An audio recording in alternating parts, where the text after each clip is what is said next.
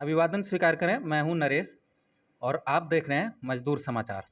हम लोग इस समय हैं AITUC एटक के दफ्तर में, NIT 1 में, फरीदाबाद। और हमारे साथ हैं बेचू गिरी जी, जो इस संगठन के बहुत उच्च स्तर के नेतृत्वकारी साथी हैं और इन्होंने अपने जीवन का बहुत बड़ा हिस्सा मजदूर संगठनों में कार्य करते हुए, मजदूर आंदोलनों में हिस्सेदारी करते हुए, मजदूरों की मांगों, उनकी ज़रूरतों, उनकी बातों को उठाते हुए बिताया है। और आज हम इन्हीं साथी से बातचीत करेंगे।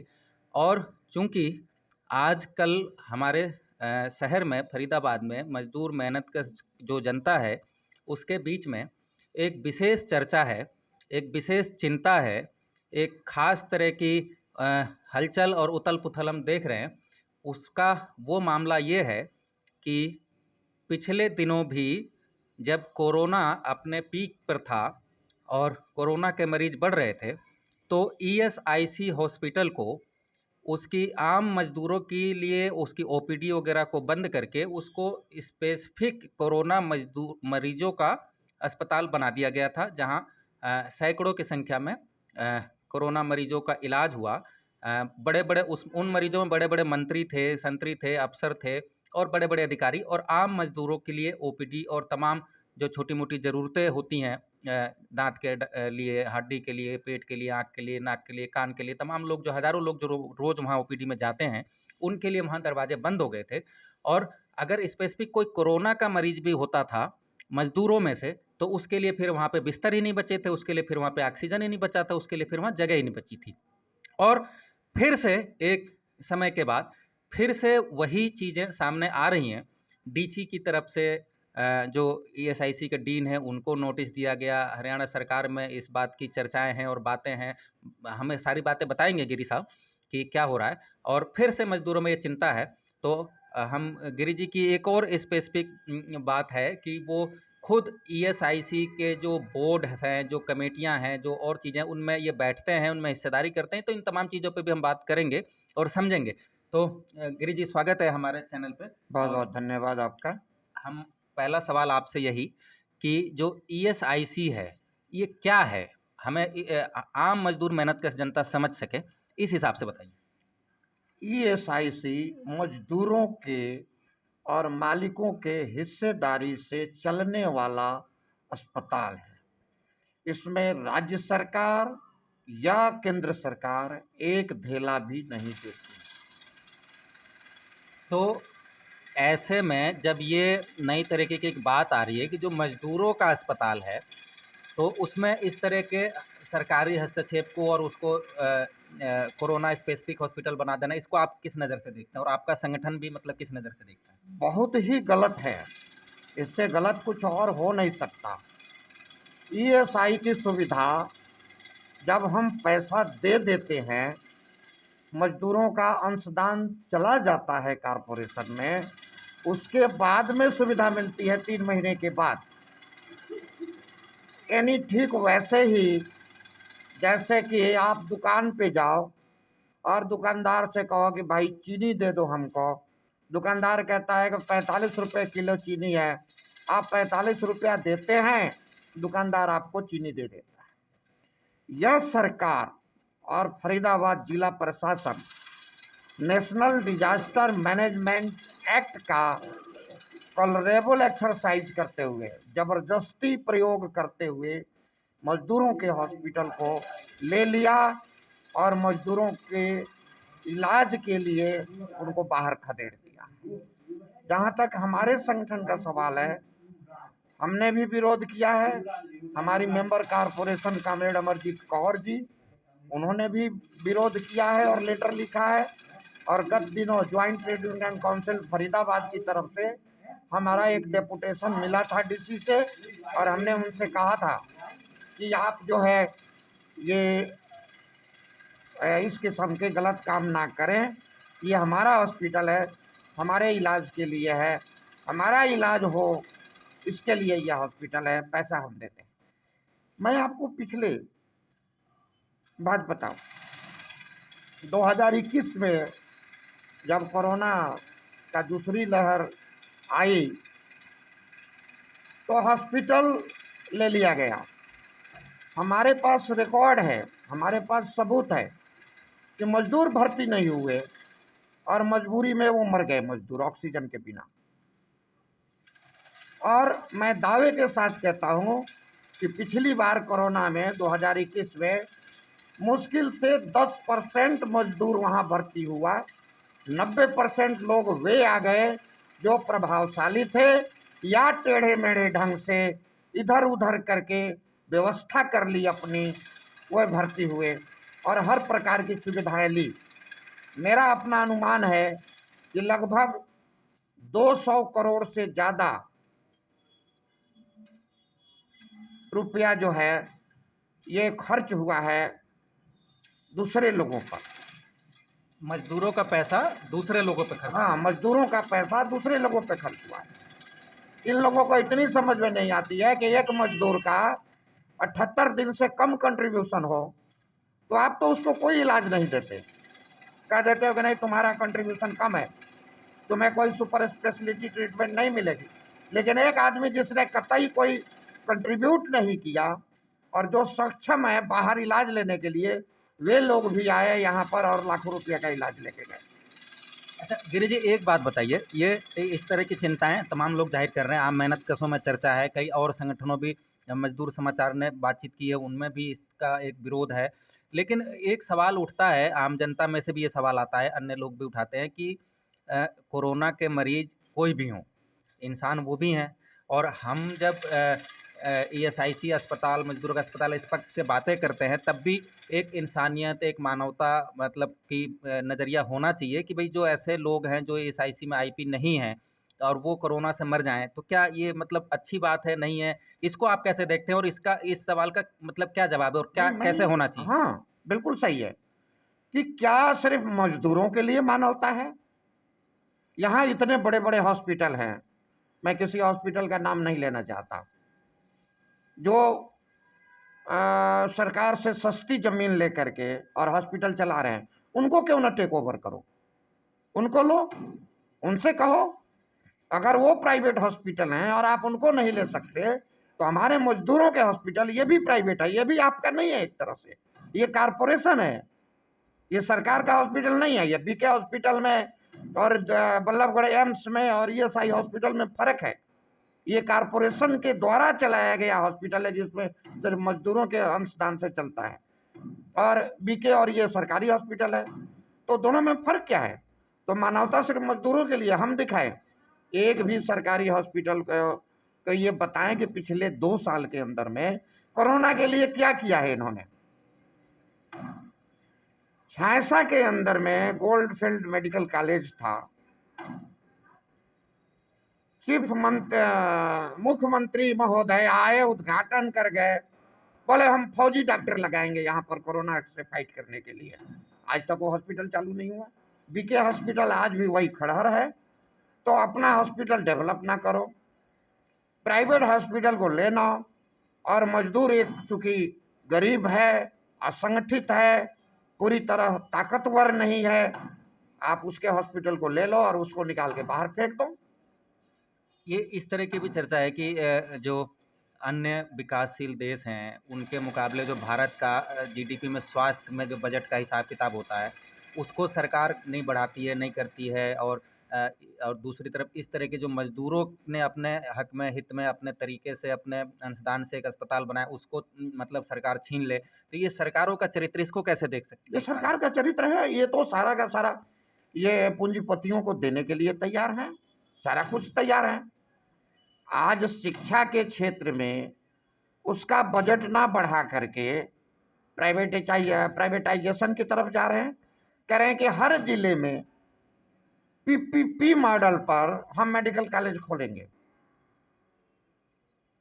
पैसा वहां जब आप PPP बेसिस पे खोलोगे, अस्पताल खोलोगे, उसमें पेमेंट कौन करेगा? मजदूर करेगा ना, या वहां का किसान करेगा ना, या गरीब जनता करेगी ना हर जिले में। ये इस देश का पूंजीपति जानता है कि हर जिले के अंदर में इंफ्रास्ट्रक्चर है। अगर सरकार कहती है कि हम पैसा भी देंगे आपको, लेकिन आप खोलो, सरकार नहीं चलाएगी। तो सरकार का तो चरित्र है, और खास करके इस सरकार का तो ये चरित्र है कि जो कुछ है सरकारी क्षेत्र में उसको खत्म करो, पूंजीपतियों को दे दो, चुनाव में उनसे चंदा लो और पैसे के बल पे चुनाव जीतो। अच्छा, अभी आप बता रहे थे कि आप डीसी साहब से आप और मतलब तमाम डेपुटेशन मिला था, क्या आश्वासन था उनका? डीसी साहब ने, हम मिले थे 20 तारीख का ये सर्कुलर है, और हम लोग जल्दी ही उनसे मिले। तो उन्होंने कहा कि हमने सिर्फ उनको तैयारी के लिए कहा है, हमने उनसे लिया नहीं है अभी। हमने कहा जी हमसे लोभी मत हो, हमारा मजदूरों का इलाज हो, और अगर सरप्लस हो, अगर फिर भी सीटें बच जाती हैं तो मानवता के नाते आप किसी को दे दो। अगर मजदूरों के इलाज से ही सीट नहीं बचती है, बेड नहीं खाली है, डॉक्टर नहीं खाली होते हैं, तो आप दूसरों को क्यों दोगे? ये है, हमने कहा। तो एक चीज़ और बताइए, जैसा कि हम जानते हैं कि आप जो ईएसआईसी के बोर्ड हैं, कमेटियां हैं, उनमें भी बैठते हैं, तो वहाँ पे क्या इस विषयों पे चर्चा, कोई बातचीत नहीं होती है? क्या होता है और क्या रुख रहता है सबका आपका?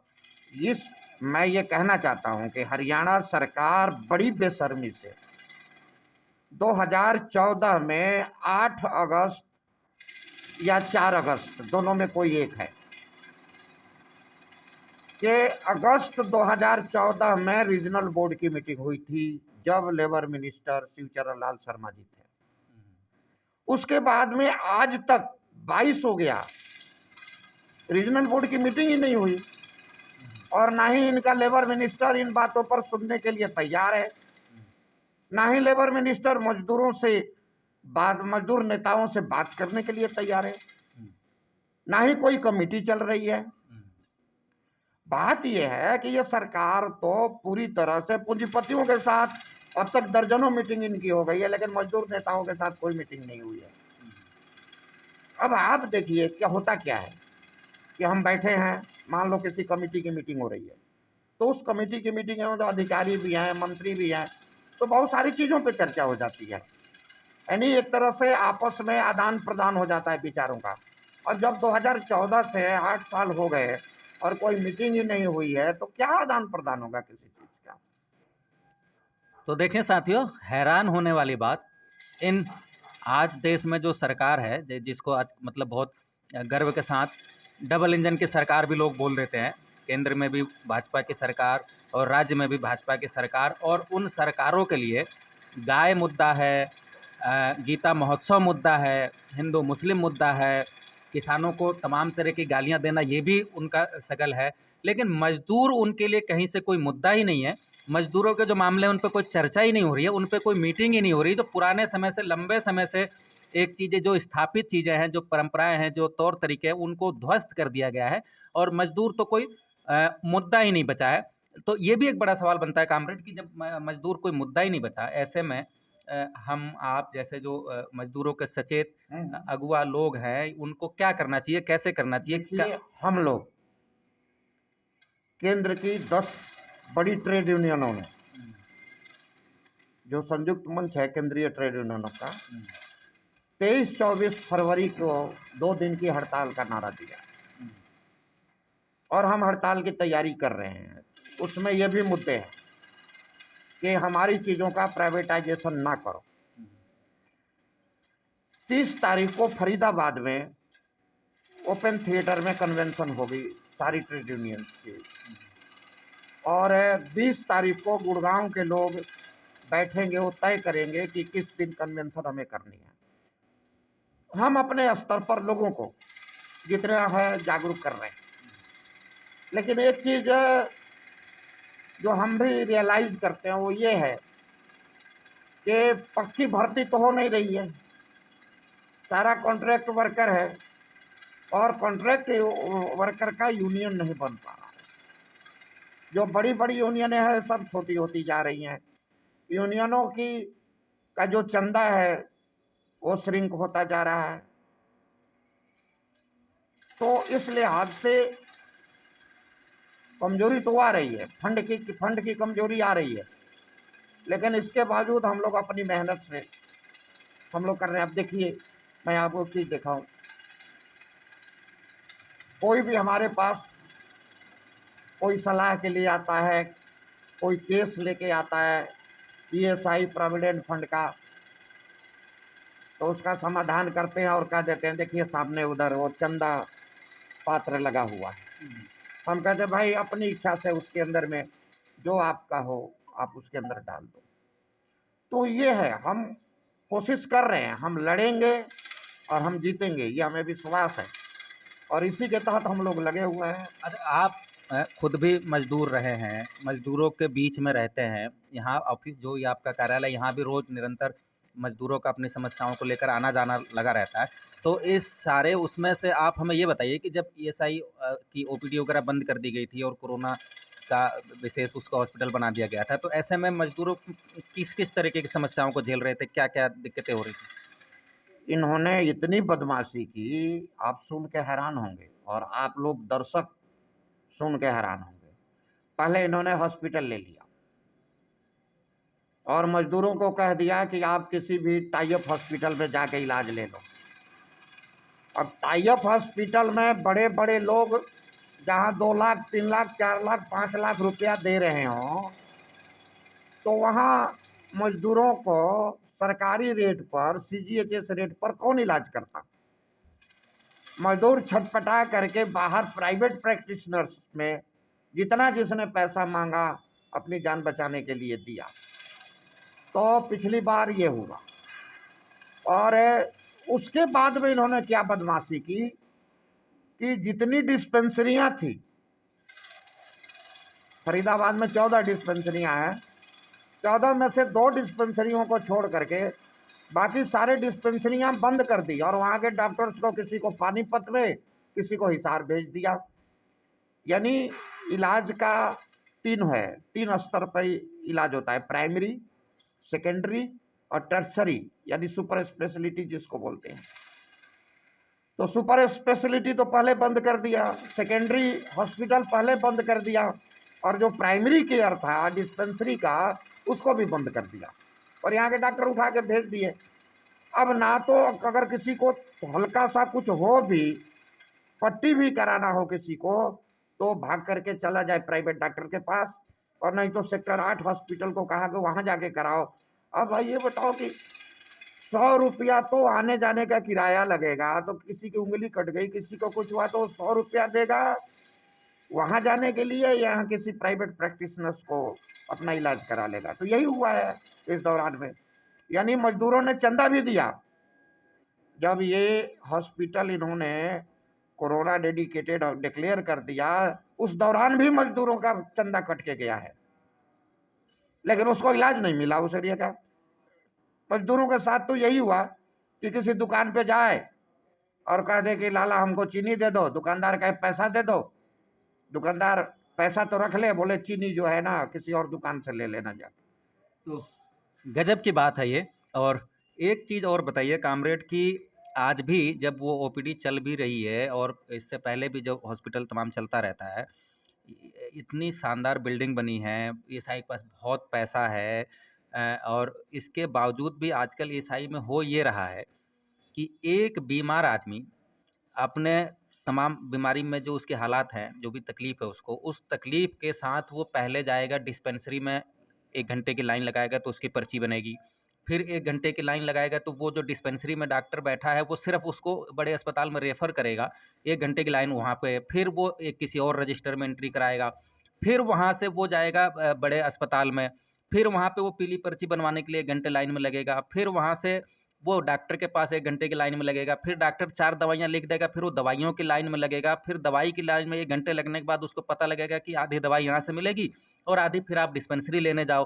फिर वो वहाँ से चल के डिस्पेंसरी आएगा और फिर डिस्पेंसरी में 1 घंटे की लाइन लगा के वो दवाई हासिल करेगा, और इस बीच में अगर टेस्ट-वेस्ट की कोई बातें होगी तो मतलब वो तो सोने पे सुहागा होगा। मतलब ये मतलब सुन के ही बड़ा अजीब लगता है कि एक बीमार आदमी जो किसी तकलीफ में है, उसके हड्डी की समस्या है, उसकी दाँत की समस्या है, उसको पेट की समस्या है, उसको बुखार है, उसको कुछ और है, वो ऐसी कंडीशन में इतनी दिन लाइनों में लगता रहे सारा दिन, तो वो कैसे इलाज करेगा और क्या उसको स्वास्थ्य लाभ होगा, इसको आप कैसे देखते हैं और इसका क्या उपाय हो सकता है? गलत है, इसका 2 तरीका।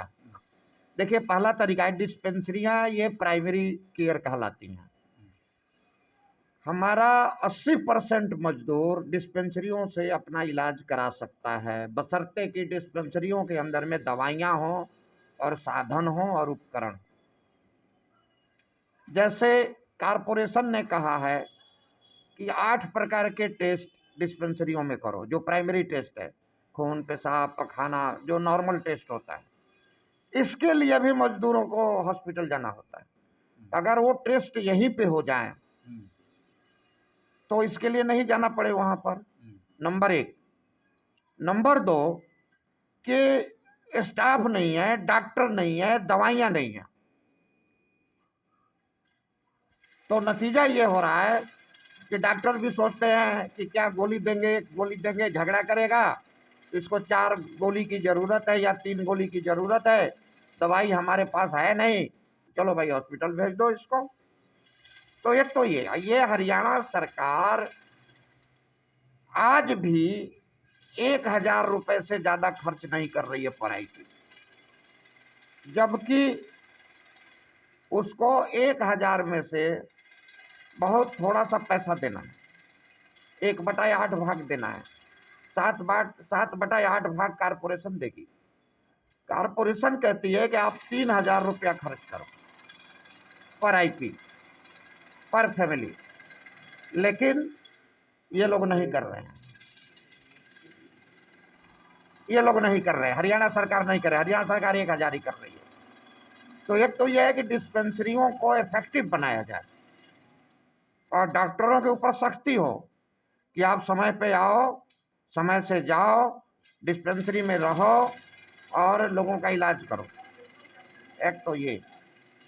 दूसरा इसका ये जो पहलू है, इतना लंबा चौड़ा प्रोसेस है, आदमी हॉस्पिटल में भी नहीं है, डॉक्टर हॉस्पिटल में भी नहीं है, शॉर्टेज है, स्टाफ की शॉर्टेज है, डॉक्टर की शॉर्टेज है। तो ये सारे के सारे अगर स्टाफ अगर हो पूरा तो इस समस्या का समाधान हो सकता है। कारपोरेशन के पास खूब पैसा है, कारपोरेशन खर्च करे, मजबूर करे कि हरियाणा सरकार करे, खर्चा करे, और हरियाणा सरकार इन डिस्पेंसरियों पे खर्चा करे। अगर हरियाणा सरकार नहीं करती है तो नोएडा पैटर्न पर, जैसे नोएडा के अंदर में, क्योंकि नोएडा तो उत्तर प्रदेश में है, लेकिन नोएडा के अंदर में जो ईएसआई है वो कारपोरेशन के अंडर में है, तो एनसीआर के अंदर में एटलीस्ट ईएसआई को ले लिया जाए। ये जितनी डिस्पेंसरियां हैं, जितने हॉस्पिटल है, फरीदाबाद का हॉस्पिटल है, पानीपत का हॉस्पिटल है, बहादुरगढ़ है, सोनीपत है, इन सबों को कारपोरेशन टेक ओवर करते हैं। यही इलाज है। तो आप बहुत सारी अच्छी ज्ञान की बातें बताई आपने, और जो अभी तात्कालिक जो मुद्दा है कि ईएसआईसी को कोविड अस्पताल बना दिया जाएगा, मजदूरों से उनकी ओपीडी बंद कर दी जाएगी, इसके विरोध के लिए कुछ तो आपने बताया कि आपने कुछ किया, कई जगह ज्ञापन दिए, मेमोरेंडम दिए, आपका डिप्टी डीसी साहब से मिलने गया, लेकिन अगर ये फिर भी सिलसिला यूं ही चलता रहेगा तो कोई योजना है आपके पास इसके विरोध की, कोई चीज़ें, या आप हमारे दर्शकों से भी क्या कहना चाहते हैं कि कैसे इसका विरोध किया जाए? देखिए दर्शकों, सबसे बड़ी कमी है कि ट्रेड यूनियन आंदोलन कॉन्ट्रैक्ट सिस्टम के चलते कमजोर हुआ है, ये हम एडमिट करते हैं। ट्रेड यूनियन आंदोलन वो नहीं है जो आज से 20 साल पहले था फरीदाबाद के अंदर में, नहीं तो अस्पताल के अधिकारी क्या, प्रशासन कांपता था ट्रेड यूनियन से। मजदूरों से मैं ये कहना चाहता हूँ कि आप विरोध प्रकट करो, आप अपनी फैक्ट्री में यूनियन मत बनाओ, लेकिन ईएसआई के लिए विरोध तो करो, ईएसआई के लिए लोगों से जुड़ो।